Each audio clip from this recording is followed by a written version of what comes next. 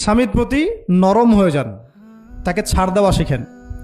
সবচেয়ে বড় কথা, তাকে মহব্বত করা তো অবশ্যই জরুরি, মহব্বতের চাইতেও বেশি জরুরি স্বামীকে বিশ্বাস করা এবং তাকে সম্মান করা। এমন কোনো কথা এবং কাজ না করা যেটা স্বামীর গায়রত বা ব্যক্তিত্ব আঘাত করে। আমি পয়েন্টটা হয়তো বোঝাতে সক্ষম হয়েছি।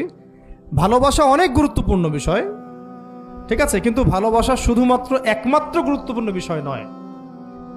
আরও গুরুত্বপূর্ণ বিষয় হচ্ছে বিশ্বাস, সম্মান এবং আনুগত্য। বিশ্বাস, সম্মান এবং আনুগত্য। এখন বলতে পারেন যে আমার স্বামী আমাকে অন্যায় কাজে আদেশ করলে কি আমি আনুগত্য করব? কখনোই না। যখন স্বামী আপনাকে কোরআন সুন্নাহর দিকে আপনাকে ধাবিত করবেন, তখন আপনি তার আনুগত্য করতে বাধ্য, এবং এটা আপনার জান্নাতে যাওয়ার মাধ্যম বটে। এই হাদিসটা খুব ভালো করে মনে রাখতে হবে যে এই পৃথিবীতে কেউই আল্লাহ পাকের পরে সিজদা পাওয়ার যোগ্য না। এমনকি নবীদেরকেও আল্লাহ পাক সিজদা করতে বলেন নাই, কিন্তু সেই নবী আমাদেরকে কিন্তু বলেছিলেন যে যদি আল্লাহ পরে কাউকে আমি সিজদা করতে বলতাম, তাহলে আমি স্বামীদেরকে সিজদা করতে বলতাম। এটাকে তসলিমা নাসরিন স্টাইলে বুঝলে হবে না।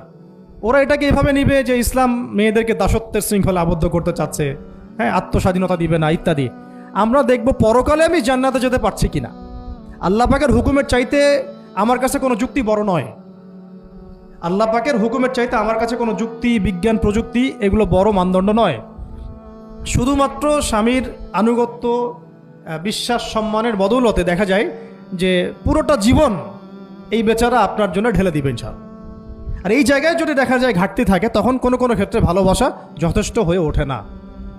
এবং আপনারা জানেন এই শহরে ডিভোর্সের সংখ্যা দিন দিন বাড়ছে। কেন? এইগুলো মেজর কারণ আছে। হ্যাঁ, আমি বলছি না যে সব ছেলেই একেবারে পারফেক্ট, কখনোই না। ছেলেরাও যেমন সাহাবী না, মেয়েরাও সেরকম মহিলা সাহাবী না। কিন্তু সবর, আনুগত্য, নরম কোমলতার কোনো বিকল্প নাই। উভয় পক্ষের জন্যই নসিহতগুলো আর কি, স্বামীর জন্য এবং স্ত্রীর জন্য। আরেকটা বিষয় হচ্ছে যে স্বামীর পরিবার নিয়ে খোঁটা না দেওয়া, স্বামীর যে বাবা মা ভাই বোন এই ব্যাপারগুলো নিয়ে খোঁটা দেওয়া না দেওয়া বা খোঁচাখুচি না করা, এবং তার যে অবদান আপনার প্রতি এটাকে অস্বীকার না করা, কুফরি না করা।